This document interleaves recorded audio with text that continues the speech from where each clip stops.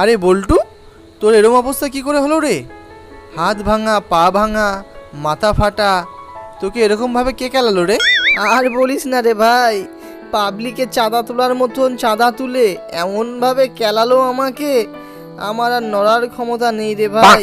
কি আর বলবো, তাও জানিস বিনা কারণে আমাকে কেলালো, আমি কোনো দোষ করিনি। বিনা দোষে পাবলিক কেলাবে? এটা আবার কি করে সম্ভব হয় ভাই?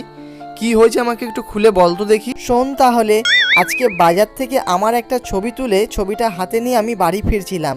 সেই সময় এমন একটা জোরে হাওয়া দিল, আমার হাত থেকে ছবিটা গিয়ে পড়লো পাশে দাঁড়িয়ে থাকা একটা বৌদির শাড়ির নিচে।